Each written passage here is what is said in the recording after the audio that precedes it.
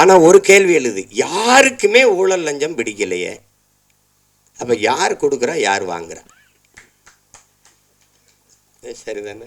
லட்சுமி ராமகிருஷ்ணன் இருக்காங்க, அவங்க அவங்க தான் நியாயமான தீர்வு சொல்லணும். ஏன்னா இல்லை, ஒரு கேள்வியை நம்ம இப்படி கேட்டு பார்ப்போம். உங்களுக்கு ஊழல் பிடிக்குமா? லஞ்சம் யாருக்காவது பிடிக்குமா? தங்கச்சி உங்களுக்கு பிடிக்கும்? பிடிக்க யாருக்கும் பிடிக்காது. அப்போது யார் தாண்டா கொடுக்குறா, எவன் தாண்டா வாங்குறான் தெரியல. எங்கே இந்த ஊழல் லஞ்சம் பிறக்குது அப்படின்னா, தனக்கு கிடைக்காதது எவனுக்கும் கிடைக்கக்கூடாது, எவனுக்கும் கிடைக்காதது எனக்கு கிடைச்சிடணும், இந்த எண்ணத்தில் தான் ஊழல் லஞ்சமே பிறகு. கோயில் கருவறையா முதல்ல கும்பிட்டு போயிடணும், அதுக்கு 1000 ரூபா சிறப்பு தரிசனம் கட்டிடு, என்ன லஞ்சம்? சாதி இரண்டொழிய வேறில்லை சாற்றுங்கால் நீதி வலுவா நெறிமுறை. சாதி இரண்டுன்னா நம்மால் என்ன பண்ணுறான்? ஆஞ்சாதி பொஞ்சாதி. அது இல்லை சாதி, அது இல்லை. ஆண்பால் பெண்பால், அது பாலியல் வேறுபாடு. அதில் அது சாதி இல்லை, ஆண் ஜாதி பெண் ஜாதின்னு கிடையாது, பாலியல் வேற்றுமை. அது மது மதம் சாதி போதை இருக்கே பெரிய கொடிய நோய்டாங்கிறது. அது என்ன சொல்ல? இப்போ தேர்தலில் நம்ம வேலை செஞ்சு போவேன், எல்லாம் சரின்னு விடும், என்னதானாலும் நம்ம சாதியை விட்டு கொடுக்க முடியாதுலன்றான்.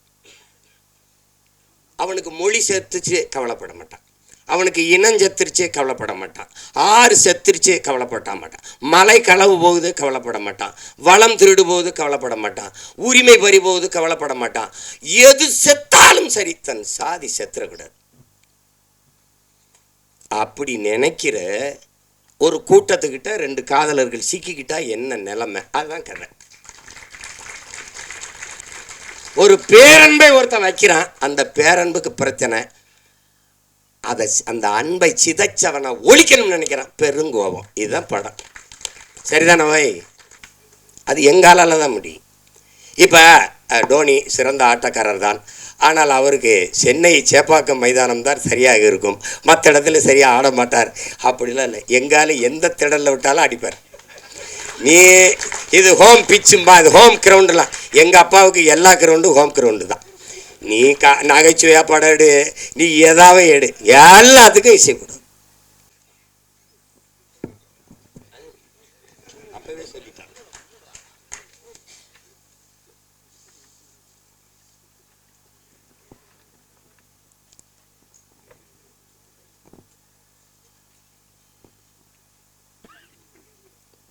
பேரன்பும் பெருங்கோபமும் இந்த திரைப்படத்தினுடைய அறிமுக விழாவிற்கு வருகை தந்து வாழ்த்தி சென்றிருக்கிற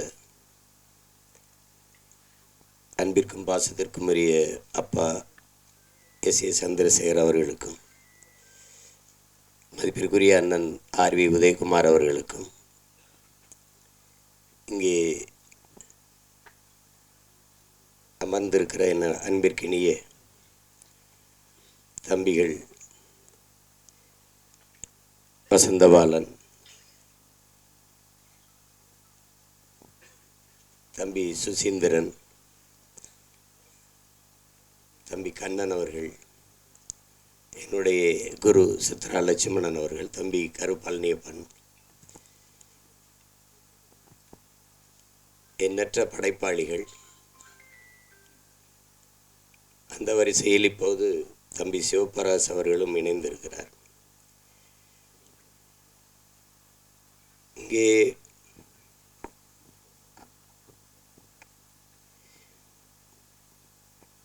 பேரன்பும் பெருங்கோபமும் ஒவ்வொருத்தரும் ஒரு விளக்கத்தை சொன்னார்கள். எல்லாரும்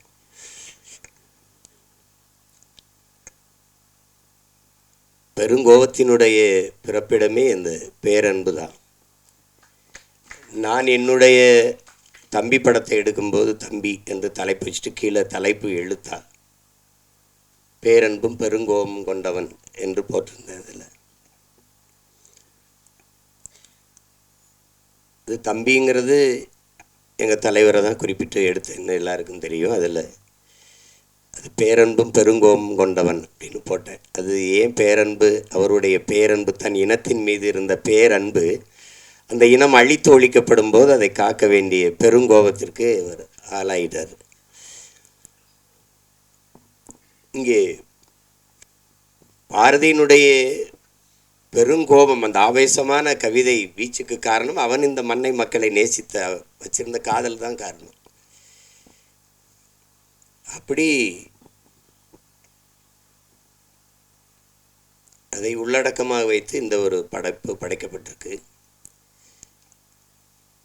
இதில் எல்லாத்தை விட பெரும் பாராட்டுக்குரியவர்கள் இப்படி புதியவர்களுக்கு துணிந்து வாய்ப்பு கொடுத்த தயாரிப்பாளர் மதிப்பிற்குரிய ஜெயகிருஷ்ணன் அவர்கள் தான். அவருடைய மனைவியார் பெயரில் காமாட்சி ஜெயகிருஷ்ணன் அவர் தயாரிச்சிருக்கார். அப்புறம் என்னுடைய தம்பி திருமலை வருத்தப்படுறாரு இருக்கிற திரையுலகிற்கு இருக்கிற நெருக்கடிகளை குறித்து. இதெல்லாம் ரொம்ப நாள் இருக்காது, நீங்கள் கவலைப்படாது, சரி பண்ணிடலாம்.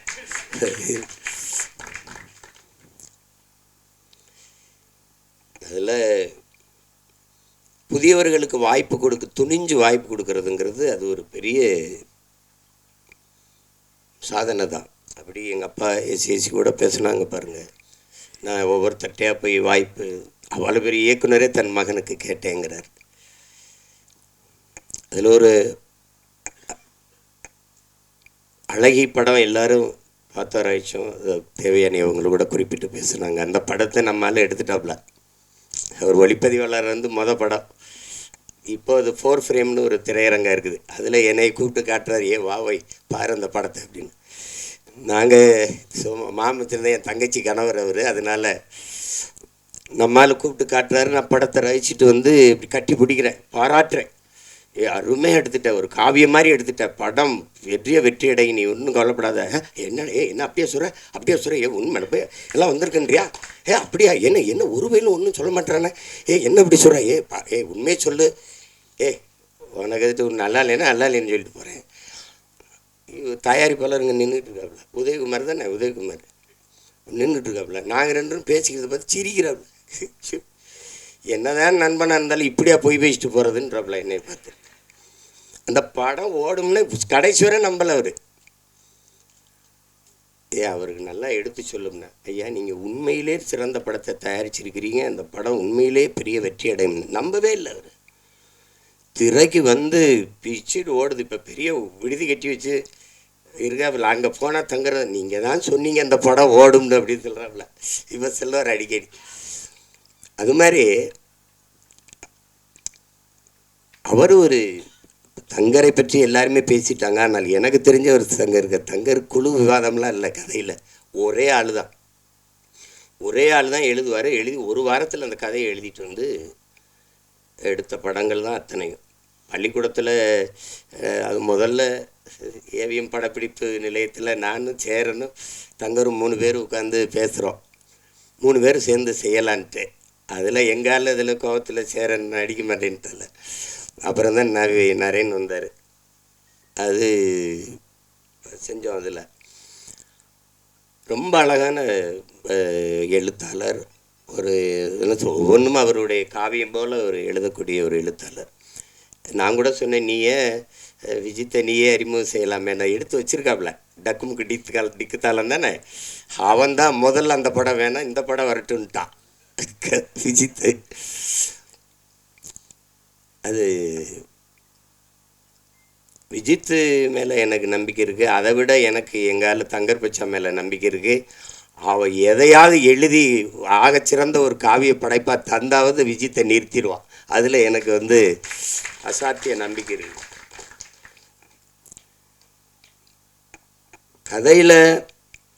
கதை என்ன சொல்ல வருதுன்னு அப்புறம் பார்ப்போம். ஆனால் விஜித் சொன்ன மாதிரி ஒரு நான் எதிர்பார்க்கல. சின்ன பிள்ளையிலேருந்து அரவிந்தை விஜித்தை நம்ம பார்க்குறோம். ஆனால் ஒரு அறிமுக படத்தில் இவ்வளோ பெரிய ஒரு கனத்த ஒரு கதாபாத்திரத்தை தூக்கி சுமக்கிற ஆற்றல் அப்படிங்கிறது ஒரு பெருசு தான். ஒவ்வொரு கட்டத்திலையும் அந்த உரையாடலை வெளிப்படுத்தி உச்சரித்து பேசி அவன் அந்த இதில் வெளிக்காட்டுறதுல நல்ல முதிர்ந்த ஒரு நடிகருக்கு இருக்கிற பல படங்களை நடித்து அனுபவம் பெற்ற ஒரு நடிகர் போல் அவன் அந்த உரையாடல் உச்சரிப்பு அதை நடை இதுகளெல்லாம் அவன் சிறப்பாக செஞ்சிட்டாப்புல. நான் கூட சொன்னேன், இதை ரொம்ப நல்லா பண்ணியிருக்கான் விஜித் அப்படின்னு. அந்த இதில் அவனுக்கு அந்த திரை மொழி திரை அறிவு அவனுக்கு நல்லா உள்வாங்கிக்கிட்டான். அதனால் அதை எளிதாக வெளிப்படுத்திட்டாங்கிறத நான் உணர்ந்தேன். ஒளிப்பதிவு ரொம்ப சொன்ன மாதிரி தம்பி சுசீந்திரன் சொன்ன மாதிரி அந்த கேரளாவுக்குள்ளே வருகிற பகுதிகளெல்லாம் ரொம்ப ரொம்ப அழகியலாக எடுத்திருக்கா. அப்படி தினேஷ் மொத்த படமே ரொம்ப நல்லா பண்ணியிருந்தார், ரொம்ப நல்லா பண்ணியிருந்தார். அது தேவையற்ற அவன் எடுத்தோன்னே சொல்லிட்டான், தம்பி கருப்பல்லையப்பட்டே வேலை செஞ்சுருக்காப்புல. அதே நேரம் எங்கள் அப்பா பாரதி ராஜாவுடைய பாலுமேந்திரா அவர்களுடைய திரைப்பட பயிற்சி கல்லூரியிலையும் படித்தேன்னு சொல்லும்போது தேவையற்ற காட்சி, தேவையற்ற நகர்வு, தேவையற்ற உரையாடல் சில படைப்பாளிகள் படத்தில் இருக்காது. ஒன்று அப்பா பாலுமேந்திரா, இன்னொன்று அப்பா மகேந்திரன், இன்னொன்று எங்கள் அப்பா பாரதி ராஜா. அந்த மாதிரி படங்களில் பாலுமேந்திரா அப்பாவை பற்றி சொல்லணும். நானும் எங்கள் தலைவரும் சில முக்கிய தளபதிகளோட பேசிட்டு இருக்கும்போது திரையுலகம் குறித்த பேச்சுகள் வருது. அந்த பேச்சுகள் வரும்போது ஒவ்வொரு படைப்பாளிகளை பற்றி பேசிட்டு வரும்போது பாலுமேந்திரா அப்பாவை பற்றி பேச்சு வரும்போது எல்லாரும் தான் கதை வசனங்கள் எழுதி படம் எடுக்கிறீங்க, ஏன் அவர் மாதிரி எடுக்க முடியலேன்ட்டு என்கிட்ட கேட்குறாங்க. கேட்கும்போது இங்கே உட்காந்துருந்த எங்கள் அண்ணன் பொட்டம்மன் ஊர் பாசம் நீ கண்டுக்கிறாரு அப்படிங்கிறாப்புல.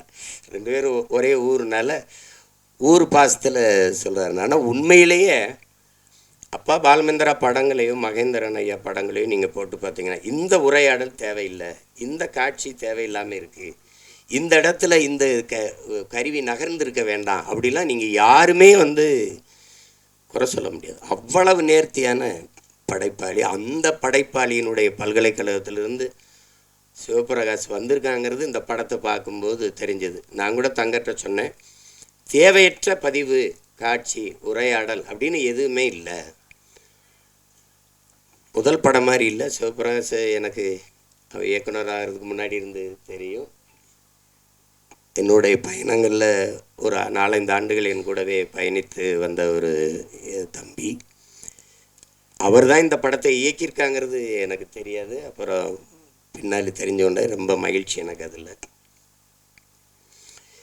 அதே மாதிரி கதாநாயகன் நடித்த அந்த சாலி அவர்கள், அவங்க படத்தில் அவங்க மலையாளியாக நடித்ததுனால நானும் மலையாளி அப்படின்னு தான் நினச்சிட்டு இருந்தேன். ஆனால் நல்லா நடிச்சிருந்தாங்க. படத்தில் ஒரு கருவி இருந்து நம்மளை பதிவு பண்ணிக்கிட்டு இருக்கு, நம்ம நடிக்கிறத பதிவு பண்ணிக்கிட்டு இருக்குங்கிறது என்ன இல்லைனாவே அவன் சிறந்த கலைஞனாக ஆயிடும். அது தெரியுது. அது நம்ம என் தம்பி அருள்தாஸ் சொல்ல வேண்டியதில் சிறந்த ஒளிப்பதிவாளர். அவன் செய்ய வந்த வேலை வேறு, இப்போ செஞ்சுக்கிட்டு இருக்க வேலை வேறு. இதில் 2 பேரும் மைம் கோயுமே என் தம்பி அருள்தாஸும் உண்மையான வாழ்க்கையில் ரொம்ப அநியாயத்துக்கு நல்லவங்க, திரையில் அநியாயத்துக்கு கெட்டவனாகவே நடிக்க வேண்டியது இருக்குது. அது ஒன்றும் பண்ண முடியாது. எனக்கு 2 தெரியும் எனக்கு ரொம்ப. அது மைம் கோம்பியை பார்த்தா புஷ்பாலெல்லாம் பயங்கர கொடூரமான ஆளாக நடிச்சிருக்காப்புல. அப்புறம் பார்த்தா கன்னட படத்தில் நடிக்கிறோம். எந்த படம் எந்த தொலைக்காட்சி திருப்பினா நம்மால் இருக்காரு, நமக்கு ஒரு பெருமை. ஒளிப்பதிவு கருவி இல்லாமல் கூட போவாங்க, நம்மளுக்கு இல்லாமல் இன்னி போக முடியாது படப்பதிவுக்கு. அப்படி அந்த மாதிரி ஒரு பெருமை தான் நமக்கு. அது என் தம்பி அருள்தாஸ் கெட்டவனாலாம் நடிக்கும்போது கொஞ்சம் மனசு கஷ்டமாக தான் இருக்கும், இவன் ஏன்னா அதெல்லாம் நடிக்கிறான் அப்படி. ஆனாலும் கலைன்னு வந்துட்டால் என்ன இருக்குது, அது நடிக்கணும், அதில் ஒன்றும் இல்லை. சிறந்த நடிப்பை வெளிப்படுத்தியிருந்தாங்க 2 பேருமே. எனக்கு ரொம்ப பிடிச்சிருந்தது படத்தில். அதில் போய் தம்பி வினோத் காவல்துறை அதிகாரியாக நடிச்சிருந்தார்.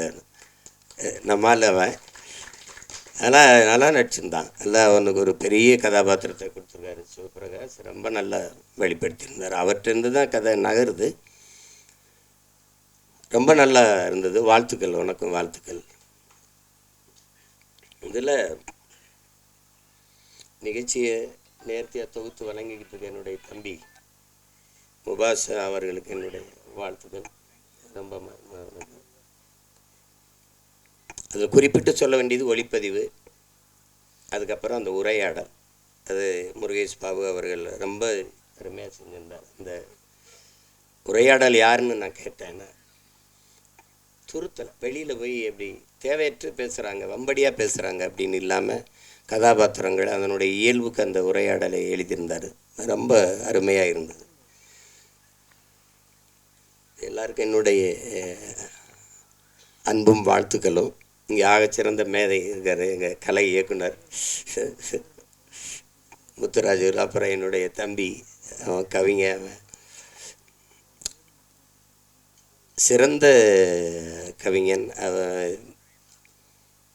அவன் எழுதிய பாடல்கள் அதில் அவர் சொன்ன ஒரு ஐயா விஜயகாந்தை பற்றி சொல்லும்போது சரிதான், தமிழன் தமிழன் இவன் தான் தமிழன். அந்த பாட்டு கொஞ்சம் வலியாக தான் இருந்தது. அவருடைய இறுதி ஊர்வலம் போகும்போது அந்த பாட்டை திருப்பி போடும்போது ரொம்ப இதாக இருந்தது. அவ்வளவு சிறந்த ஆற்றலாளர்கள்லாம் இங்கே இருக்கிறாங்க. என்னுடைய குரு, அவரை பற்றி நான் சொல்லணும். நாங்கள் பசும்பன் படத்துக்கு நான் கதையை சொன்னோம். எனக்கும் எங்கள் அப்பாவுக்கும் சண்டை வராத நேரங்களே இல்லை. அப்போ பஞ்சாயத்து செய்த பஞ்சாயத்துதார் அவர் தான். என்ன எழுதி கொடுத்தாலும் தாளை தூக்கி தூக்கி கீழே போட்டுருவாங்க. சார் அது படிக்கிறதுலாம் கிடையாது, சக் சக் அப்படின்ட்டு. நான் ஒன்றும் இல்லை, பதறதில்லை, எடுத்து பொறிக்க அப்படியே வச்சுருப்பேன், போய் உட்காந்துருவேன். எல்லோரும் பெரிய பெரிய நடிகர்கள், நான் நீண்டு பையன் ஒரு பேர செட்டு இரும்படிட்டு சின்ன பையன் உட்காந்துருப்பேன்.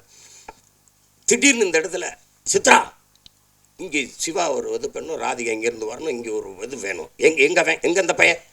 நான் எங்கேயாவது உட்காந்துருப்பேன். தேடி சிஷியா இங்கே வா அப்படின்னு. இன்னும் என்ன உங்கள் அப்பா வசனம் கேட்குறாரு, இங்கே வாங்க, என்னப்பா வேணும்? இங்கே 2 பேரும் பேசணும். இந்த இருக்குப்பா. அப்போ அது இதாப்பா நீங்கள் கீழே சத்து முன்னாடி தூக்கி போட்டீங்களப்பா, அதுதான்ப்பா. ஐயோ, ஒரு தடவைலாம் இப்படி தூக்கி போட்டார். நான் கடைசியாக வெறும் இந்த இது தான் இருந்தது, அதை தூக்கி கீழே போட்டு நடந்து சென்னைக்கு கிளம்பிட்டேன். பொள்ளாச்சியிலேருந்து நடந்தே போகிறேன்ட்டு திருப்பி, ஏய் வாடா, உங்கள் அப்பா பற்றி யாரா புது சண்டைக்கு இருந்தா என்ன, நீ வா வா வா வா அப்படி கூட்டி போய் பல தடவை. அதுலேருந்து தான் என்னுடைய குரு.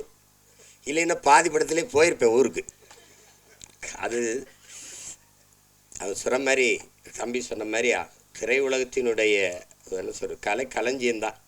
ஏன் நடிகர் திலகம் ஒரு நடிப்பில் கலைக்களஞ்சியம்னா, இந்த ஆண்டு இந்த படம் இப்படி வந்தது, இந்த திரையரங்கில் வெளியிட்டாங்க, இது இத்தனை நாள் ஓடிச்சு, இதனால் இது ஓடிச்சு, இந்த பண்டிகையில் வெளியாச்சு, எல்லாமே அவருக்கு தெரியும். அவர் நினைவுக்குள்ளே இருக்குது. அவ்வளவு இங்கே இருக்கிற மூத்த இதழியலாளர்கள் எங்கள் ஐயா போன்றவர் இருக்காங்க. விழாவின் சிறப்பே நீங்கள் இவ்வளோ நேரம் இருக்கிற என் உறவுகள் எல்லாம் இவ்வளோ நேரம் அமைதியாக உட்கார்ந்து இருக்கிறீங்கன்னா அதுவே இந்த விழாவுக்கு பெருமை.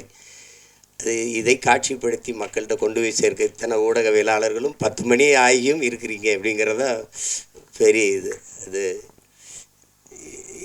எனக்கு பார்த்திங்கன்னா ஒரு நேரம் ஒரு ஊரில் இருக்கணும், ஒரு நேரம் ஒரு ஊரில் இருக்கணும்.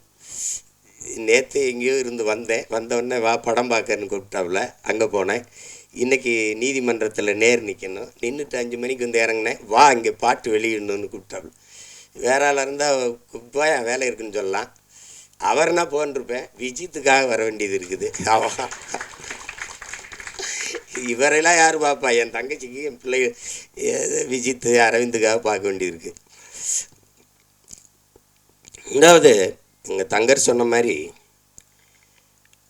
நம்ம எல்லாருமே வெறுக்கிற இதுகள் இருக்குது, செயல்கள் இருக்குது. ஒன்று ஊழல், லஞ்சம். யாருக்கும் பிடிக்கலை, இந்த நாட்டில் யாருக்கும் பிடிக்கலை. ஆனால் ஒரு கேள்வி எழுது, யாருக்குமே ஊழல் லஞ்சம் பிடிக்கலையே, அப்போ யார் கொடுக்குறா, யார் வாங்குறா? சரிதானே? லட்சுமி ராமகிருஷ்ணன் இருக்காங்க, அவங்க தான் நியாயமான தீர்வு சொல்லணும். ஏன்னா இல்லை, ஒரு கேள்வியை நம்ம இப்படி கேட்டு பார்ப்போம். உங்களுக்கு ஊழல் பிடிக்குமா? லஞ்சம் யாருக்காவது பிடிக்குமா? தங்கச்சி உங்களுக்கு பிடிக்கும்? யாருக்கும் பிடிக்காது. அப்போது யார் தாண்டா கொடுக்குறா, எவன் தாண்டா வாங்குறான் தெரியல. எங்கே இந்த ஊழல் லஞ்சம் பிறக்குது அப்படின்னா, தனக்கு கிடைக்காதது எவனுக்கும் கிடைக்கக்கூடாது, எவனுக்கும் கிடைக்காதது எனக்கு கிடைச்சிடணும். இந்த எண்ணத்தில் தான் ஊழல் லஞ்சமே பிறகு. கோயில் கருவறையா முதல்ல கும்பிட்டு போயிடணும், அதுக்கு 1000 ரூபா சிறப்பு தரிசனம் கட்டிடு, என்ன லஞ்சம். பிரசவ அறையா, அங்கே போனால் மனைவி சேர்த்தனா மருத்துவர்னு கூட சொல்கிறது இல்லையே, நம்ம தான் டாக்டர். எவ்வளவு செலவானாலும் பரவாயில்ல, காப்பாற்றிருங்க. அந்த வார்த்தையே லஞ்சமாயிருது. எவ்வளவு செலவானாலும் பரவாயில்லையா, அப்போ காசுக்காரன் போடுறான்னு திட்டிடலாம். கோயில் கருவறையிலிருந்து தாயின் கருவறை வரைக்கும் ஊழல் லஞ்சம் இருக்குது. ஒரு மருத்துவக் கல்லூரியில் படிக்க போனோன்னா 10 இடம் தான் இருக்குது, ஆனால் 100 பேர் காத்திருக்கான்னா அவனுக்கு கிடைக்காத இடம் எனக்கு கிடைக்கணும்னா ஒரு இடம் 1 கோடின்னா கட்ட தயாராக இருக்கான். அங்கே யாருக்கும் கிடைக்காதது எனக்கு கிடைக்கணுங்கிற அந்த எண்ணத்தில் பிறந்துருது இந்த ஊழல் லஞ்சம். அதனால் ஒழிக்க முடியல. அதே மாதிரி தான் இந்த சமூகத்தின் மிக கொடிய நோய். இன்னைக்கு நேரத்தில் கதாநாயகி விட பண்ணாங்க, நம் பாட்டன் பாரதி பாடினது. பாரதி ஒன்று, இந்த சமூக கட்டமைப்பின்படி அவன் தாழ்ந்தவனோ அவன் தாழ்த்தப்பட்டவனோ அப்படி கிடையாது. அவன் உலகத்தில் அவனை மாதிரி ஒரு மகன் இந்த மண்ணில் பிறந்திருக்கான்னா நீங்கள் எவனுமே இருக்க முடியாது.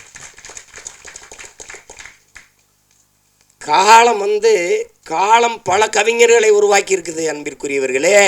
காலத்தை உருவாக்கிய ஒரு பாவலன் உண்டென்றால் உலகத்தில் நம் பாட்டன் பாரதி தான். நாடு சுதந்திரம் அடையல 1921 செத்து போயிட்டான் பாரதி. 47 விடுதலை அடைகிற. ஆனால் ஆடுவோமே, பல்லு பாடுவோமே, ஆனந்த சுதந்திரம் அடைந்து விட்டோம் என்று அவன் அடைஞ்சிட்டான் சுதந்திரத்தை. நீ மாநிலம் பிரிப்பாயின்னு நினச்சானா? மொழி வழியே மாநிலங்கள் பிரிப்பீங்கன்னு நினச்சானா? அவன் வந்தே மாதரம் என்போம், எங்கள் மாநில தாயை வணங்குதும் என்போங்கிறான். டே, நீ பிரிக்கலை, அதை பற்றி அவங்க கவலைப்படல. இது தமிழ்நாடுன்னு பேர் வைப்பாங்க, அதுக்கு ஒருத்தன் 76 நாள் பட்டினி கிடந்து சாவான், அதெல்லாம் அவனுக்கு தெரியாது. தமிழ் திருநாடு தன்னை பெற்ற எங்கள் தாய் என்று கும்பிடடி பாப்பா, அமிழ்தில் இனியதடி பாப்பா, நம்ம ஆன்றோர்கள் தேசமடி பாப்பான்னு. யாரு? தமிழ்நாடுன்னு ஒரு பேரே வைப்பாங்களானே தெரியாது. கம்பன் பிறந்த தமிழ்நாடு, உயர் கல்வி சிறந்த தமிழ்நாடு, புகழ் கம்பன் பிறந்த தமிழ்நாடுங்கிறான். வள்ளுவன் தன்னை உலகினுக்கே தந்து வான்புகள் கொண்ட தமிழ்நாடு, நெஞ்சை அல்லும் சிலப்பதிகாரம் எனும் மணி ஆரம்படைத்த தமிழ்நாடு தமிழ்நாடு தமிழ்நாடுன்னு பாடி தள்ளிட்டான். எப்போ தமிழ்நாடுன்னு பேர் வைப்பாங்களான்னு தெரியாது. அவ்வளோ பெரிய அறிங்க. அக்ரகாரத்தில் கழுதை வரக்கூடாது, கழுதையை கையில் தூக்கிட்டு நடந்துட்டாப்புல. இந்த பாரதி படத்தில் பார்த்தீங்கன்னா தெரியுமே. மதம் மாத்துறது நீ பார்த்துருக்கா? உலகத்தில் சாதி மாற்றின ஒரே மகான் பாரதி தான். கனகலிங்கத்தை கூப்பிட்டு மீஜி எடுத்து போட்டு பூணூலை போட்டு, இன்னையிலிருந்து நீ பறையன் இல்லை ஐயன். யாரா? சுப்பிரமணி பாரதி பண்ணான்னு சொல்கிறா, போடா. அப்படி ஒரு ஆள் நம்ம ஆள். அவன் சொல்கிறான், அவன் மனசுக்குள்ளே எம்பிட்டு வழி இருந்தா, சாதிகள் இல்லையடி பாப்பா, குல தாழ்ச்சி உயர்ச்சி சொல்லல் பாவம், நீதி உயர்ந்த மதி கல்வி அன்பு நிறைய உடையோர்கள் மேலோர்ன்றான். அதுக்கு முன்னாடி ஒரு கிளவி வர்ற, அறிவு மூதாட்டி வர்றா. சாதி இரண்டொழிய வேறில்லை சாற்றுங்கால் நீதி வலுவா நெறிமுறை. சாதி இரண்டுன்னா நம்மால் என்ன பண்ணுறான்? ஆஞ்சாதி பொஞ்சாதி. அது இல்லை சாதியே, அது இல்லை. ஆண்பால் பெண்பால், அது பாலியல் வேறுபாடு. அது சாதி இல்லை. ஆண் ஜாதி பெண் ஜாதின்னு கிடையாது, பாலியல் வேற்றுமை. அது அவ சொல்கிற சாதி இட்டார் பெரியோர் இடாதார் இழிகுலத்தோர்ன்ட்டான். கொடுக்கிறவ உயர்ந்த சாதி, தனக்கென்று பதுக்கி ஒதுக்குற கஞ்ச பிசுனா இருக்கான் அவன் தாண்ட இழி மகன் கீழ் சாதின்ட்டான். எல்லாரும் பாடி போகிறான். பாரதிக்கு பின்னாடி எங்களுக்கு ஒரு தாத்தன் வரான், புரட்சி பாவனை. அவன் இருட்டறையில் உள்ளதடா உலகம்ங்கிறான். இருட்டறையில் உள்ளதடா உலகம், சாதி இருக்கின்றது என்பானும் இருக்கின்றானேங்கிறான். தமிழுக்கு அமுதென்று பேர், அந்த தமிழ் இன்பத்தமிழ் எங்கள் உயிருக்கு நேர்னு பாடின அவன், தமிழ் என் உயிருக்கு நேர்னு பாடின அவன், தமிழ் வளர்த்தல் ஒன்று சாதி ஒழித்தல் மற்றொன்றுன்னு பாடலை. சாதி ஒழித்தல் ஒன்று, நல்ல தமிழ் வளர்த்தல் மற்றொன்றுனா. முதல்ல சாதியை ஒழிடாங்கிறான். சாதிய ஒளி. எல்லாரும் சமநிலை சமூகம் படைக்க தான் போராடுறான். அங்கே சித்தரு புத்தரு ஞானி யோகி மகான் எல்லா காலங்களையும் சாதிக்கு எதிரான குரல், சாதிக்கு எதிரான கருத்து, சாதிக்கு எதிரான கட்டுரை, சாதிக்கு எதிரான பாட்டு, சிந்தனை, போராட்டம். ஆனாலும் இந்த சாதி சாக மாட்டேங்குது. அதே தான் சொன்னான், எல்லாரையும் சாகடிக்கிற சாதியே உனக்கு ஒரு சாவு வராதா? அதானே எல்லாரும் பாடுனான். இந்த தலைமுறையில் எங்கள் விஜித்து சிவபிரகாசம் அவன் பங்குக்கு ஒரு நெற்பள்ளி போடுறான் இந்த சாதியை கொளுத்துறது. சாதிங்கிறது ஒரு கொடிய சமூக நோயாக இருக்குது, கொரோனாவை விட பெரிய கொடிய நோய். சாதி என்ன செய்யுது? உலகத்திலே புனிதமான ஒன்று இருக்குங்க, அன்பு, அதை கொன்றுதுங்க. உலகத்திலே நீங்கள் இந்த மானுடன் ஒரு அளப்பெரிய ஆயுதங்களை கண்டுபிடிக்கிறாங்க மனுஷன் அழித்து கொள்றதுக்கு. இந்த எல்லா ஆயுதங்களையும் அழிக்கக்கூடிய ஒரு ஆற்றல் இருக்குன்னா அது அன்புக்கு தான் இருக்கு. அன்பு என்ன செஞ்சிரும்னு பாருங்க. அமெரிக்க அதிபர் இந்தியாவுக்குள்ள வந்தால் கடவுச்சீட்டு, வீசா, அனுமதி வேணும். இந்திய நாட்டின் முதன்மை அமைச்சர் ஐயா மோடி அமெரிக்கா ரஷ்யா போனால் அவர் கடவுச்சீட்டை காட்டணும், அனுமதி, உள்நுழைவு அனுமதி வேணும், வீசா அனுமதி, உள்நுழைவு அனுமதி வேணும். ஆனால் ஒன்றுமே இல்லைங்க, இதில் ஒருத்தி ஒன்றுமே இல்லை. அன்னை தெரேசான்னு ஒருத்தி ஒன்றுமே இல்லை, அவளுக்கு ஒன்றுமே கிடையாது. அவள் எந்த பதவிகளெல்லாம் ஒன்றும் இல்லை. பாருங்கள், எல்லா நாடுகள்லையும் பணி செஞ்சு வந்து இந்தியாவில் தங்கிட்டா. அவளுடைய சேவை நிறைய தேவை இந்த நாட்டுக்கு இருந்துட்டா. அப்போ உலக நாடுகள் அந்த அன்பு தாயை பார்த்து சொல்லுது, அவளுக்கு கடவு சீட்டு இல்லை, உள்நுழைவு அனுமதி இல்லை, வீசா இல்லை. எந்த நாட்டுக்கு வேணாலும் நீ வா தாயே, உனக்கு எங்கே தங்கணும்னு விருப்பமோ அங்கே நீ தங்கிக்கலாம், எந்த இடத்துல நீ குடியேற நினைக்கிறியோ அங்கே குடியேறிக்கலாம்னு உலகம் இருகரமும் விரித்து அந்த தாயை வரவேற்றதென்றால் உலகத்தை தன் அன்பால் சுருக்கிவிட்டா ஒரு மனுஷி. அந்த அந்த மதம் சாதி எல்லாம் பேசிட்டு இருக்கிறானா, எல்லாவற்றிலும் புனிதம் ஒன்று இருக்குது, மனிதம். அந்த மனிதத்தை கொன்றுது. ஆகச்சிறந்த ஒன்று அன்பு, அதை கொன்றுது இந்த சாதி. சாதி மதம் நீங்கள் என்ன சாதாரண நினைக்கிறீங்களா? கல், சாராயம், இந்த கஞ்சா, அவினு, கொட்கைன்னு இந்த இதெல்லாம் இருக்குல்ல, அது போட்டால் தான் புதையிரும். சாதி மதமும் சொன்னால் ஏறிடும்ன்றான். இந்த மார்க்ஸை விடவா ஒரு மேதை இருக்கான் அந்த நாட்டில். 2000 ஆண்டுகளில் இவனை போல ஒரு சிந்தனையால் இன்னும் பிறக்கலைன்றா. அவனே சொல்கிறான் மதம் ஒரு அப்படின்னு சொன்னால் ஏறிடுன்றான். மற்ற போதையெல்லாம் படுத்து தூங்கினா இறங்கிரும். சாதி மத போதை ஏறிச்சுன்னா செத்து பாடையில் போனாலும் ஏறாது. ஏன்னா தனி சுடுகாடு அவனுக்கு. செத்தாலும் ஆறுமுக கவுண்டர் சுப்பிரமணிய நாடாருன்னு எழுதி வைப்பானா இல்லையா கல்லறையில்? செத்தாலும் போகாது. இந்த சாதி ஒரு சமூக நோய். குறிப்பாக எங்களுக்கு தமிழ் தேசியர்களுக்கு வந்து பெருநோய். இந்த மண்ணில் பிறந்த ஒரு பெரிய புரட்சியாளன் எங்களுடைய அண்ணன் தமிழரசன் அவர்கள் எழுதுகிற, டேய், சாதி, மதம், சாராயம், இது 3 வந்து தமிழ் தேசிய அரசியலின் மிகப்பெரிய பகைவங்கிறது. மதம், சாதி, போதை இருக்க பெரிய கொடிய நோய்டாங்கிறது. அது என்ன சொல்ல? இப்போ தேர்தலில் நம்ம வேலை செஞ்சு போவேன், எல்லாம் சரின்னு விடும். என்னதானாலும் நம்ம சாதியை விட்டு கொடுக்க முடியாதுலன்றான்.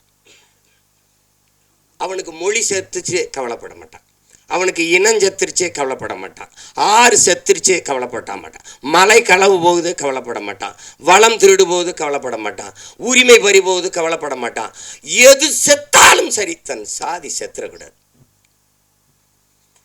அப்படி நினைக்கிற ஒரு கூட்டத்துக்கிட்ட 2 காதலர்கள் சிக்கிக்கிட்டா என்ன நிலைமை? அதுதான் கதை.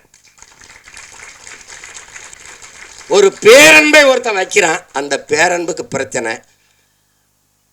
அந்த அன்பை சிதைச்சவனை ஒழிக்கணும்னு நினைக்கிறான், பெருங்கோபம். இதுதான் படம். சரிதானே வை? ஆமாம், ஆமான்ட்டாப்ல.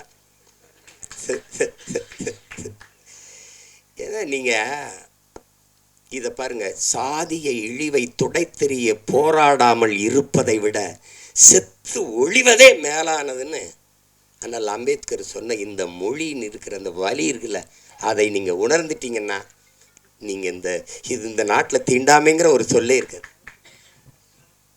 நீங்கள் நினச்சி பாருங்கள் எவ்வளோ வலின்னு தான். நான் யாருக்கு அடிமை இல்லை, எனக்கும் யாரும் அடிமை இல்லை. இந்த எண்ண ஓட்டம்தான் இங்கே எல்லாருக்கும், இந்த மானுடத்தில் எல்லாருக்கும் தேவைப்படுது. இதுதான் இங்கே இருக்கிற சிக்கல்.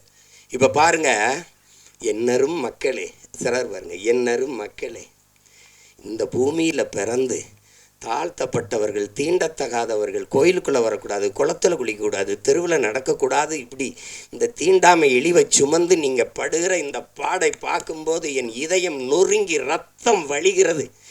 இதற்கு நீங்கள் தாயின் கருவறையிலே கலைந்து போயிருக்க கூடாதா அப்படின்னு ஆவேசமா தன்னுடைய வலியை வெளிப்படுத்துறார் அண்ணல் அம்பேத்கர்.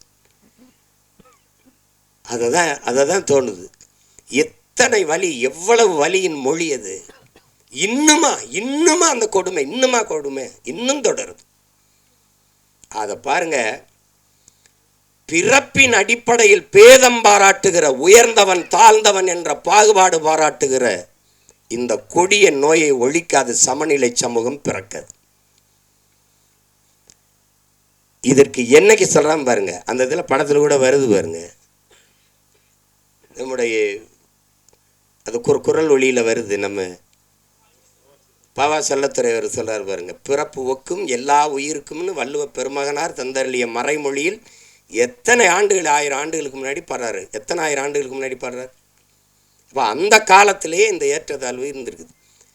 பிறப்பு ஒக்கும் எல்லா உயிருக்கும், எல்லா மானுடருக்கும்னு சொல்லவே இல்லை நம் மூதாதை, எல்லா உயிருக்கும் பிறப்பு ஒக்கும்ட்டார்.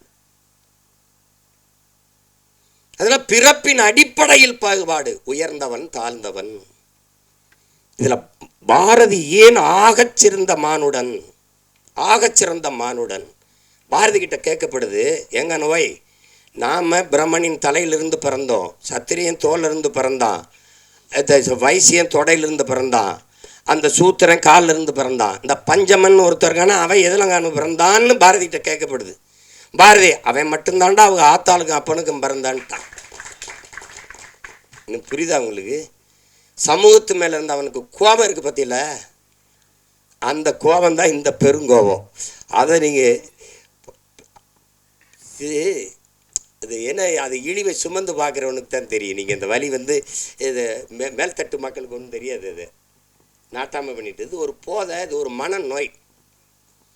மனிதனை சக மனிதனை தன்னை போல எலும்பு நரம்பு ரத்தம் சதை பசி உறக்கம் கனவு கண்ணீர் எல்லாம் கொண்ட சக மனிதனை தாழ்ந்தவன் என்று தாழ்த்தி வீழ்த்தி சுகம் காணுகிற ஒரு மனநிலை கொடிய நோய். அது மனநோய். அதான் இங்க இருக்கிறது. ஒத்தது அறிவார் உயிர் வாழ்வார் மற்றெல்லாம் செத்தாருள் வைக்கப்படும்ட்டான் வள்ளுவ பெருமகனார். காரணம் என்ன? துணி விழுக்கிற வண்ணான், முடிதிருக்கிற மருத்துவர், அங்கே சலவை தொழிலாளி வேணும், அங்கே தச்சன் வேணும், அங்கே விளைய வைக்க உணவுப் பொருளை விளைய வைக்க அங்கே வேளாண் குடிமகன் உழவன் வேணும், அங்கே அதை உணவை அதை சமைக்க பாத்திரங்கள் செய்கிற குயவர் வேளாளர் குடிகள் வேணும். எல்லோரும் வேண்டும். எல்லாரும் சேர்ந்து இசைந்து வாழ்ந்தால்தான் அது சமூகம். ஒத்தது அறிவார் உயிர் வாழ்வார் மற்றெல்லாம் செத்தாருள் வைக்கப்படும்ட்டான். மற்றெல்லாம் பிணமிடான்ட்டான். எல்லாரும் தான் சாடி இருக்கான், பாடி இருக்கான், ஆடி இருக்கான், எல்லாம் பண்ணி பார்த்துருக்கான். ஒன்றும் நடக்கலைங்க. இங்கே சாதிக்கு ஒரு சாமி, சாதிக்கு ஒரு சமநிலை சமூகம் எங்கே இருக்குது? செத்த பிறகு கூட பணத்தை புதைக்கிறதுல இவனுக்கு இந்த சாதிக்கு இது, இந்த சாதிக்கு இது, இந்த சாதிக்கு அது. இதில் எந்த சாதிக்கும் பாகுபாடு இல்லாத ஒரு தேசத்தை படைக்கும் உலகத்தில் இந்த நிலத்தில் முடியல. எங்கள் உயிர் தலைவன் அவன் கனவு கண்ட தேசத்தில் தமிழீழ நாட்டில் நீ எவனாவே இரு, என் கோட்டுக்குள்ளே என் நாட்டுக்குள்ளே வந்தால் நீ தமிழனா இருன்னு ஒரு மக்களை உருவாக்கி இறந்து போன எல்லாரையும் ஒரே இடத்தில் மாவீரர்கள் துயிலும் இல்லம் என்று நீ பெரிய தளபதினாலும் படு, நீ சாதாரண வீரனாலும் படு, நீ எவனாவே இரு, உயர்ந்தவன் தாழ்ந்தவன் பாகுபாடு இல்லாது எல்லோரும் ஒரே. இங்கே உயர்ந்த சாதிக்காரன் சுடுகாட்டு வழியை கூட தாழ்ந்த சாதிக்காரன் பிணத்தை எடுத்து போக முடியாது. ஆனால் இங்கே மகான்கள் தோன்றியிருக்கார்கள். காந்தி தோன்றியிருக்கிறார், அண்ணல் அம்பேத்கர், பெரிய புத்தன் பூலே எல்லாரும் தோன்றிட்டான். ஒன்றும் எடுபடல, ஒன்றும் சரியில்லை. இன்னொரு தலைமுறை இந்த சாதி மதத்தை காலில் போட்ட செருப்பாக போட்டு தேய்ச்சி நடந்தாலே ஒழிய இது சாகாது. இந்த கருமத்தை ஒழிக்காமல் சமநிலை சமூகம் படைப்பது என்பது சாத்தியமில்லை. வெற்று வார்த்தை. சாதியை இழிவு தீண்டாமை கொடுமைகளை வைத்துக்கிட்டு சாதியை ஏற்றதார்களை வைத்து கொண்டு சமூக முன்னேற்றம், சமூக மேம்பாடு என்று பேசுவது என்பது சாக்கடை குழியின் மேலே போடுகிற சந்தனம் பந்தலுக்கு சமம், மலக்குழியின் மேலே போடுகிற மல்லிகை பந்தலுக்கு சமம்னு அண்ணல் அம்பேத்கர் சொல்றாருன்னா காரணம் அவர் அனுபவித்த வழி. அவரை போல ஒரு கல்வியாளன் இந்த உலக வரலாற்றில் உண்டா சொல்லுங்க? ஒரு மனிதன் 10,000 புத்தகங்கள் தன் வாழ்நாளில் படிச்சிருக்கணும், அது குறைந்த தகுதி. ஆனால் 64,000 புத்தகங்களை படித்த ஒரு மகன் உண்டென்றால் அது அண்ணல் அம்பேத்கர் தான். ஆகச்சிறந்த கல்வியாளன். படுக்கிற இடம் கூட படிக்கிற இடத்துக்கு பக்கத்தில் இருக்கணும்ட்டு நூலகம் எங்கே இருக்கோ அங்கே தான் அறை எடுத்து தங்கியிருக்க. அப்பேற்பட்ட அறிஞன் சொல்லித்தான், இந்த சாதிய இழிவை தொட தெரிய போராடாமல் இருப்பதை விட செத்து ஒழிவதே மேலானதுறான்ட்டார். அப்போ அது அந்த வலியை இந்த ஒரு 2 மணி நேரமா 2 மணி நேரம் அந்த படத்தில் எவ்வளவு அழகாக சொல்ல முடியுமோ, அதாவது அது அதிகப்படியாக மிகைப்படுத்தாமல் இல்லை, ஆங்கிலத்தில் ஓவர் ட்ராமான்னு சொல்லுவாங்க. இந்த அது சொல்லணும், புரியும்படியாக சொல்லணும்ல சில இது. அவன் சொல்லிக்கிட்டே இருந்தேன், தம்பி ஏன்னா வரலாம் ரொம்ப தேங்க்ஸ் சொல்கிறேன், ரொம்ப நன்றி சொல்ல மாட்டான் சொல்லிட்டு தான். அது நமக்கு பழகிருச்சு. இப்போ சும்மா பேரளவில் நம்ம ஒரு மொழியை பேசிட்டு ஏதோ ஒன்று தெரியுறோம், அது அப்படி பழகிருச்சு. அதில் மிக ஆழமான ஒரு பதிவு, அந்த கருத்தை அது ஒரு கவித்துவமாக தாங்கி நிற்குது. ரொம்ப மிகைப்படுத்தாமல் தன் இயல்பு ஓட்டத்திற்கு இந்த கருத்துக்களை படம் சொல்லுது, வலியுறுத்துது. நல்ல ஒரு பதிவு. இனிவரும் தலைமுறையாவது இந்த சிந்தனையிலிருந்து விடுபட்டு எல்லாவற்றையும் தாண்டி ஒரு புனிதம் இருக்குது, அதான் மனிதம். அதை நோக்கி இந்த மானுடம் பயணிக்கணும். அதில் தான் இந்த உலகம் சரி வரும். இதுதான் ரொம்ப கஷ்டம். இன்றைக்கி நமக்கு ஒரு பிரச்சனை இருக்குது, காக்கை செத்தான, கொக்கு செத்தான, யானை செத்தான, புலி செத்தான, பூனை செத்தானன்னு கவலைப்படாமல் போயிட்டுருக்கோம். அதெல்லாம் செத்தா பார்க்க நம்ம இருக்கோம், நம்ம செத்தா எவனும் இருக்க மாட்டான். அதெல்லாம் எந்த உயிர்மை நேயம் கொண்டு வாழ்ந்த ஒரு இனத்தின் மக்கள் சக மனித சாவையே இன்றைக்கி ஏறிட்டு பார்க்குறதில்ல, போய்கிட்டே இருக்கும். அது பெரிய துயரம்தான். அப்போ இதில் ஒரு சிறந்த படைப்பு. இதில் என்னுடைய தங்கர் அவர்கள் குறிப்பிட்டது மாதிரி பெரிய எங்களுக்கெல்லாம் அந்த வாய்ப்பு கிடைக்கல. நாங்கள் அவருடைய பெரிய அன்பு பிள்ளைகளாக இருந்தும் நான்லாம் முதல் படத்துலேயே அவரோட இணைந்து வேலை செய்யணும்னு நினச்சேன். அந்த வாய்ப்பை பெற முடியல. தங்கர் கூட அழகிலாம் வேலை செஞ்சிட்டார். ஏன்னா முதல் படத்திலே தம்பி சிவபிரகாஷுக்கு அந்த வாய்ப்பு கிடைச்சிருக்குது பெருசு. எங்கள் அப்பா இளையராஜா அவர்களோட பணியாற்றுறது. ஒரு இசை ஞானி அப்படின்னு சொல்கிறதெல்லாம் ரொம்ப குறைவு. இது ஏன் அவர் இசை ஞானியாக இருக்கணும்? அறிவு என்பது அறிவது, ஞானம் என்பது உணர்வது. இசையை அறிய முடியாது, உணரணும். அதனால் அவர் இசை ஞானி என்று ஐயா கருணாநிதி அவர்கள் வச்சு அழைச்சதுனால அது இசை ஞானின்னு வந்துட்டுது. அதையும் தாண்டி அவரை சொல்லணும்னா அவர் இசை இறைவன், இசை அமைப்பது இசையமைப்பாளர், இசையை அருளுவது. ஒரு இறைவன்கிட்ட போய் என்ன வேணாலும் கேட்பான் பாருங்கள். இந்த தேர்வில் நான் வெற்றி பெற்றணும், எனக்கு அதிக மதிப்பெண்களை கொடுத்துரு, எனக்கு கை காலுக்கு நல்ல சுகத்தை கொடுத்துரு, எனக்கு நிறைய மூளையை கொடுத்துரு, எல்லாம் என்ன கேட்டாலும் கொடுத்துருன்னு நினைக்கிறான் பாருங்கள். அப்படி கொடுக்கும்னு நம்பிக்கை உள்ள ஒன்றுக்கு பேர் இறை என்று வச்சோம். நீ என்ன வேணாலும் கேளுங்க, தந்துடுவார். அப்போ இங்கே கிராமத்தில் இப்படி ஒரு பாட்டு போடுவார். நீங்கள் வேணால் பாருங்கள், உலகத்தில் இப்படி ஒரு இசை அறிவு கொண்ட, இசை ஆற்றல் கொண்ட ஒரு மேதை, பீத்தோவன், பால்மரியட்டு, மோசாட்டு எல்லாம் சொல்லுவாங்க. கொண்டு வந்து எங்கள் ஊர் படத்துக்கு ஒரு 2 மணி நேரம் பின்னணி இசை வாசின்னு சொல்லுங்கள், தெரிஞ்சிடும் யாரும் பெரிய மேதைன்னு. என்ன முத்துராஜ் போட்டு வாசிக்க சொல்லுங்கள். தளபதின்னு ஒரு படத்தை எடுத்துக்கிறங்க. ஒரே இசையமைப்பாளர், ஒரு மியூசிக் கம்போசர், ஒரு இசையமைப்பாளர் ஒருவரே இந்த படத்துக்கு இசையமைச்சிருக்காரு, இந்த பாடல்களை உருவாக்கியிருக்காருன்னு யாராவது ஒத்துக்கிட்டா சொல்லுங்க. எடுத்த உடனே ஒரு பாட்டு, சின்ன தாயவள் தந்த அந்த பாட்டு போகும். கொஞ்சம் நேரம் அடி ரக்கம்மா கையை தட்டு சாங்கு சக்கு சக்கு சக்குன்னு போகும். அதில் வந்து தேவாரத்திலிருந்து ஒரு இதை போடுவார், கும்பிட்டகுரு ஒரு போடுவாங்க, சோபன அறிமுகத்துக்கு ஒரு இதை போடுவார். திருப்பி காட்டுக்குயில் மனசுக்குள்ளே பாட்டுக்குன்னு ஒன்று போகும். தின்னு சுந்தரி கண்ணால் ஒன்று போ யமுனையாற்றிலே ஈர காற்றிலே கூட்டியா பீத்தவான் வா மோசாட்டு வா பால் மறிட்டு வா போடுற அப்படி 7 பாட்டு போட்டு விடாப்பா சேதறிடுவான். யமுனை ஆற்றிலே ஈர காற்றிலே கண்ணனோடுதான் பேட இவர் தான் சங்கு சக்கு சக்கு சக்கு அதான் அவர் தான் கம்போசர். காட்டுக்குயில் மனசுக்குள்ளே பாட்டுக்கு அதான் கம்போசர். திருப்பி ஒருத்தர் சுந்தரி கண்ணாலூர் அது எல்லாம் ஒரே ஆளுன்னு சொல்லி எவனாவது உலகத்தில் நம்பிட்டானா என்னை கேள்வி. அது எங்காலால் தான் முடியும். இப்போ டோனி சிறந்த ஆட்டக்காரர் தான், ஆனால் அவருக்கு சென்னை சேப்பாக்கம் மைதானம் தான் சரியாக இருக்கும், மற்ற இடத்துல சரியாக ஆட மாட்டார். அப்படிலாம் இல்லை, எங்காலும் எந்த திடலில் விட்டாலும் அடிப்பார். நீ இது ஹோம் பிச்சும்பா, இது ஹோம் கிரவுண்டுலாம். எங்கள் அப்பாவுக்கு எல்லா கிரவுண்டும் ஹோம் கிரவுண்டு தான். நீ நகைச்சுவையாக படம் எடு, நீ எதாவது எடு, எல்லாத்துக்கும் இசை கொடு.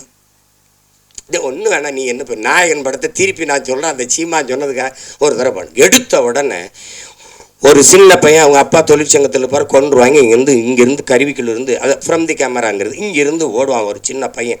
ஓடும்போது தூத்துக்குடியிலேருந்து ஓடும்போது அப்படி தென்பாண்டி சீமையிலே தேரோடு வீதியிலே மான் போல வந்தவனே யார் அடிச்சார். அந்த பாட்டுக்கு தாளம் இல்லை, வெறும் புல்லாங்குழல் தாரதாரி. அப்படியே போய் பொழுது அடைஞ்சிரும். பொழுது விடியும் மும்பையில் படுத்து கிடப்பான். இது இதையெல்லாம் எங்கள் அப்பாட்ட சொன்ன வச்சுக்க, நீ எதையுமே மறக்க மாட்டேங்கிறாயிடா. அது இல்லைப்பா, மறக்கிறதுக்கா பார்க்குறது. இது ஒரு இது இசையே இல்லை. அண்ணன் கமலஹாசன் வந்து இந்த பிள்ளைகள்லாம் அப்படி ஒரு கொசு வலைக்கு கீழே படுத்துருக்கும்போது அப்படி தென்பாண்டி சீமையில் தேரோடு வீதியில் அது அண்ணன் குரலில் வரும். அந்த கமல் அண்ணன் பாடும்போது அதுக்கு தாளம் போட்டுருப்பாப்புல, நல்ல தாளம் தபேலாலாம் வாட்சி போவாப்புல. இது அப்பப்போ வரும்போதெல்லாம் தபேலா போயிட்டே இருக்கும். கடைசி எங்கள் அண்ணன் செத்துருவாப்புல, சுட்டுருவான். அந்தவன் செத்து இப்படி விழுந்த உடனே அந்த கோட்டை சரிஞ்சிருச்சு, அந்த பேரரசு இடிஞ்சிருச்சு, அழிஞ்சிருச்சு. இப்போ தென்பாண்டி சீமையிலே டங் முரசு அதிருது. உலகத்தில் இப்படி ஒரு இசையமைப்பாளர் காட்டுறான். உலகத்தில் இப்படி ஒரு இசையமைப்பாளர். அவர் ஒரு திரைக்கதை, என்ன ஒரு திரைக்கதை எழுதுறான், வசனம் எழுதுறான். அவர் தனியாக உட்காந்து ஒன்று எழுதிட்டு இருப்பாப்புல.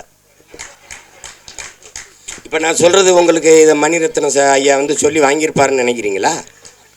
இந்த இடத்துல தவேலா போடுங்க, இந்த இடத்துல வெறும் புல்லாங்குழல்லே போங்க. அங்கே வந்து அவர் இறந்துட்டார், அவ்வளோதான், கோட்டையே சரிஞ்சு விழுந்துருச்சு. அப்போ முரசு அதிர்தான். தென்பாண்டி சீமையிலே டங் தேரோடு வீதியிலே டங். இந்த மாதிரி இங்கே போய் பாருங்க. அவர் சொல்கிறதுக்கு என்ன இருக்கு, எத்தனாயிரம் பாட்டு ஒவ்வொன்றும் இப்படித்தான். இதுதான் எங்கள் இளையராஜா. அதனால தான் இசை இறைவன், இசையை அருள்வார். இன்றைக்கெல்லாம் ஒரு என்ன நடக்குது, பாட்டுக்கு மெட்டமைச்சிக்கிட்டு இருக்கோம். அது ஆங்கிலத்தில் கம்போசிங். 4 மாதம் 3 மாதம் 6 மாதம் அது வந்து வரும்போது வரும். எங்கள் தங்கருக்கு விஜித்துன்னு பேர் வந்த மாதிரி வரணும், ஒரு மெட்டு வரணும் இல்லையா, அப்படி வரணும். ஆனால் எங்கால் எப்படி தெரியுமில்ல, இங்கே இருங்க, காலையில் ஒரு பாடல் மாலையில் ஒரு பாடல் பதிவு பண்ணி அனுப்பிடுவோம்ல. இப்போ சின்ன தம்பி பாடல்லாம் எவ்வளோ புகழ் பெற்ற வெற்றி பாட்டு, எவ்வளோ நேரத்தில் இசையமைச்சு மெட்ட அமைச்சிருப்பாருன்னு நினைக்கிறீங்க? அரை மணி நேரம் தான். அடுத்தாலாம் சொல்கிறதுக்கு இல்லை. நான் தான் இருந்திருக்கேன். நான் எங்கள் அப்பா மணிவண்ணனுடைய இணை இயக்குனர், அவர்கிட்ட பெட்டி வச்சுக்கிட்டு நின்றுட்டு இருந்தேன். நான் அவர் நின்றுக்கிட்டே இருந்தேன். அவர் கண்டுக்கல. தம்பி அந்த இடத்துல இந்த பாட்டு ஒன்று பாடி கட்டி நில்லடா, அது எப்படி வரும்னு சொல்கிறா ஐயாட்டா அப்படின்னு. அது இன்னும் இவனை பாட சொல்கிறாரு, நான் பெட்டியோடு நிற்கிறேன், நாங்கள் 2 பேரும் தான் போயிருக்கேன். அவர் சொல்கிற என்னது யார், என்னோட எங்கள் அப்பா சொல்கிறார் அசோசியேட் டைரக்டர். நான் ப்ரொடக்ஷன் மேனேஜர் நினச்சேன். அப்படியா, சரி பெட்டி உட்கார் பாடு கேட்டு. நான் ஒரு பாட்டு பாடுறேன், கண்ணில் ஏதோ மின்னல் அடிச்சு. அது எப்படி அந்த இடத்துக்கு சரியாக வரும்? நான் ஒன்று போடுறேன், நான் போடுறேன். இந்த பாருங்க, நீங்கள்லாம் நம்புங்க ஏங்க, என் குலதெய்வம் வீரகாமாகாளி ஆணையாக சொல்கிறேங்க. சத்தியமாக இருந்து பாருங்கள், இப்படி போடுறாப்புலுங்க, இப்படி போடுறாப்புல. இவ்வளோதாங்க. இந்த கை இங்கே போயிருக்கு. கை இப்படி அமுக்காது. மயில் இறகால வருடுன்னு அப்படி இருக்கும். அப்படி மெதுவாக அப்படி வருடும் அப்படிங்க. அந்த கட்டையை விரலை வச்சு கொஞ்சம் இப்படி வந்துட்டு, சங்கிலிய போட்டோம் தங்க கிளிக்கு சங்கிலி தான் போடணுமே. இந்த படத்தில் பூராமே அவர் தான் எழுதியிருக்காரு. பாட்டு பூரா எழுதியிருக்க முடியாது, அப்படியே பாடியிருப்பார். சரிதானே சூப்பரா? அப்படியே பாடுவாருங்க. டாடா டாடடி டாடா டடடா டடிடா டடிடாடா டாடா டாடி டாடாடா தண்டார தந்தார தாரா தன்னனா. அந்த தன்னனால தான் இளையராஜா.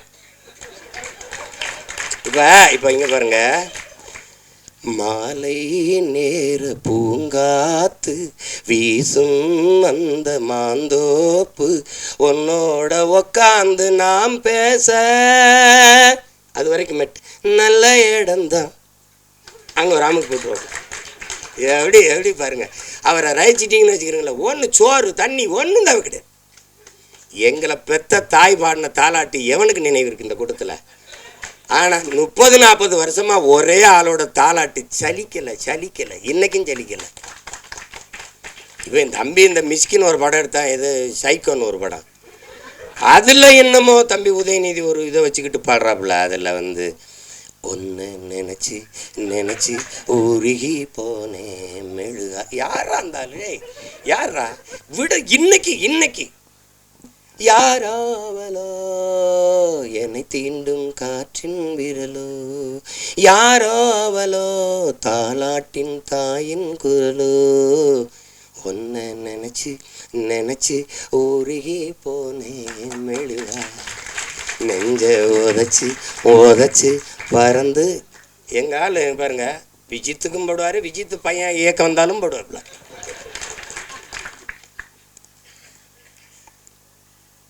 அது வரும். எப்போவாது அரிதான அவதாரங்கள். எப்படி இலக்கிய உலகில் பாரதி வந்தானோ அது மாதிரி இசை உலகில் எங்கள் அப்பா இளையராஜா. அது ஒரு வரம்.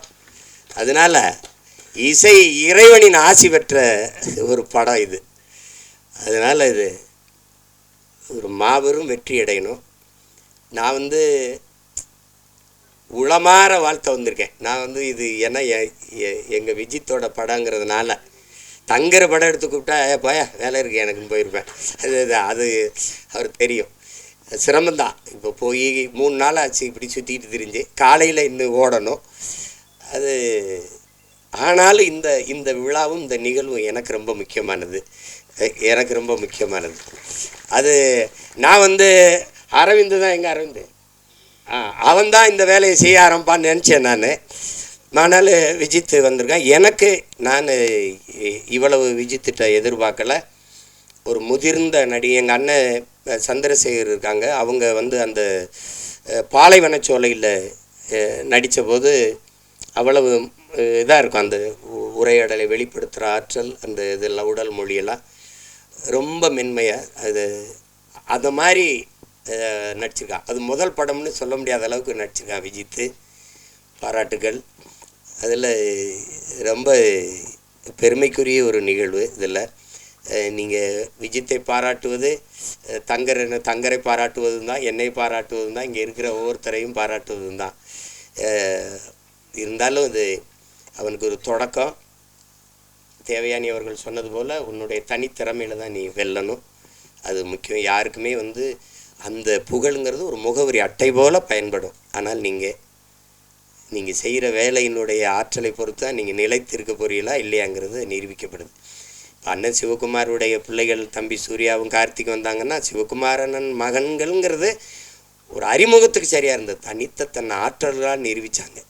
அது மாதிரி தான் எங்கள் அப்பா என்ன தான் எஸ்ஏசி அவர்கள் அவனை அறிமுகப்படுத்தலான்னு தம்பி விஜய் தன்னுடைய தனித்த ஆற்றலால் இன்னைக்கு இவ்வளோ பெரிய புகழ்பெற்ற ஒரு இடத்துக்கு வந்திருக்காருன்னா உழைப்பு. எப்படி பார்த்தாலும் உடன் பிறந்தார்களே, வெற்றிக்கு ஒரே ஒரு வாய்ப்பு தான் இருக்குது, கடுமையான உழைப்பு. அதை தவிர எல்லா வேதனைக்கும் ஒரே ஒரு மருந்து தான் சாதனை. சாதனையை எப்படி தொட முடியும்? வெற்றியின் மூலமா. வெற்றியை எப்படி அடைய முடியும்? கடுமையான உழைப்பின் மூலமா. அதனால உழைப்பு உழைப்பு உழைப்பு, அதை தவிர ஒன்றும் கிடையாது. அந்த பேரன்பும் பெருங்கோபத்துக்கு உங்கள் எல்லாருக்கும் எளிய உதாரணம் சேகுவேரா. உங்களுக்கு தெரியும், கியூபா விடுதலை புரட்சியாளன். பசியோடு இருந்தார்கள் மக்கள், உணவளித்தேன், மனிதாபிமானி என்றார்கள். அது அவனுடைய பேரன்பு. ஏன் இவர்களுக்கு உணவு கிடைக்கவில்லை என்றேன், என்னை கம்யூனிஸ்ட் என்றார்கள் தான். அது மாதிரி அந்த உணவு ஏன் கிடைக்கவில்லை என்ற கேள்வி எழுப்பின கோபம்தான். அது உணவு அளித்தது பெரும் பேரன்பு. அவர்களுக்கு ஏன் உணவு கிடைக்கவில்லை என்று கேள்வியை எழுப்பியது பெருங்கோபம். அதுதான் இந்த சமூகத்தை பார்த்து இந்த படம் பல கேள்விகளை எழுப்புது. எத்தனை காலத்துக்குடா இந்த சாதி சனியனை வச்சு எங்களை சாகடிப்பீங்கன்னு அன்பு கொண்ட நெஞ்சங்கள் கெஞ்சுது. அதான் படம். தயவு செய்து படத்தை பார்த்து ஆதரவு கொடுங்க. ஊடகவியலாளர்கள்லாம், ஐயா ரஜினிகாந்த் படம் வந்தால் எப்படி எழுதுவீங்களோ, தம்பி விஜய் படம் வந்தால் எப்படி எழுதுவீங்களோ, அதுபோல் இது படம் புதியவர்களை வரவேற்கணும். அது இல்லைன்னா புதிதான ஒன்று எதுவும் வராது. இப்போ என்னையெல்லாம் தேர்தலில் போட்டியிடுறேன்னு யாரும் சொல்கிறது இல்லை. கருத்து கணிப்பில் கூட இந்த கட்சின்னு ஒன்று இருக்குது, சீமான்னு ஒருத்தர் இருக்கான், அவனும் போட்டி போட போகிறான்னே சொல்கிறது இல்லை. அங்கே இருக்குது ஒரு பெரிய தீண்டாமை. அதை ஒழிக்க நான் போராடிட்டு இருக்கேன். இது சமூகத்தில் இருக்க தீண்டாமை ஒழிக்க தம்பி எல்லாம் சேர்ந்து போராடுறாங்க. எல்லாருக்கும் என்னுடைய அன்பும் வாழ்த்துக்களும். இவ்வளோ நேரம் இருந்து எல்லாருக்கும் என்னுடைய அன்பும் வாழ்த்துக்களும். ரொம்ப பெருமை.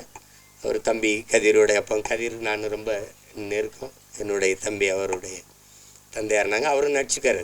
நல்லவர் அல்ல, கெட்டவரை தான் நடிச்சுக்காப்ல.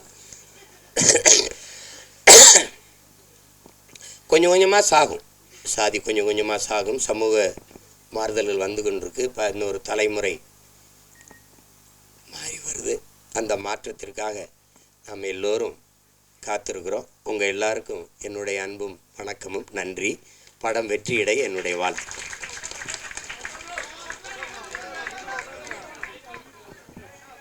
ஒரு பெருமழைக்கு பின்னர் தூறல்கள் என்ன பண்ணிடும். நம்ம கடைசி ஒரு 2 நிமிஷம் அமைதியாக உட்காருங்க. ஒரு photo opportunity. Audio launch, official audio launch இசைத்தகடு தற்பொழுது வெளியிடப்படுகிறது. புகைப்படத்துக்கான ஒரு வாய்ப்பு. ஒட்டுமொத்த படக்குழுவும் மேடைக்கு வர்றதுக்கு அன்போடு கேட்டுக்கிறேன். ஒட்டுமொத்த படக்குழுவினரும் படத்தில் பணியாற்றிய அத்தனை பேரும் மேடைக்கு வருமாறு கேட்டுக்கொள்கிறேன். யாரும் எந்திரிக்க வேணாம். ஒரு ஃபோட்டோ ஆப்பர்ச்சுனிட்டி. பின்னாடி கேமராவுக்கு மறைக்கின்றதுனால யாரும் எந்திரிக்க வேணாம். படத்தில் பணியாற்றியவர்கள் மட்டும் மேடைக்கு வரட்டும். படத்தில் பணியாற்றிய தொழில்நுட்ப கலைஞர்கள், படத்தில் நடித்த கலைஞர்கள் அத்தனை பேரையும் மேடைக்கு அன்போடு அழைக்கிறேன்.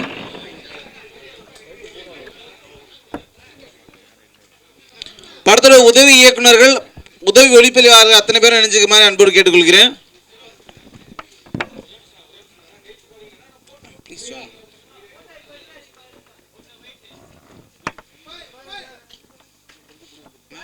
மேம் நடுவில் வந்துட்டும்.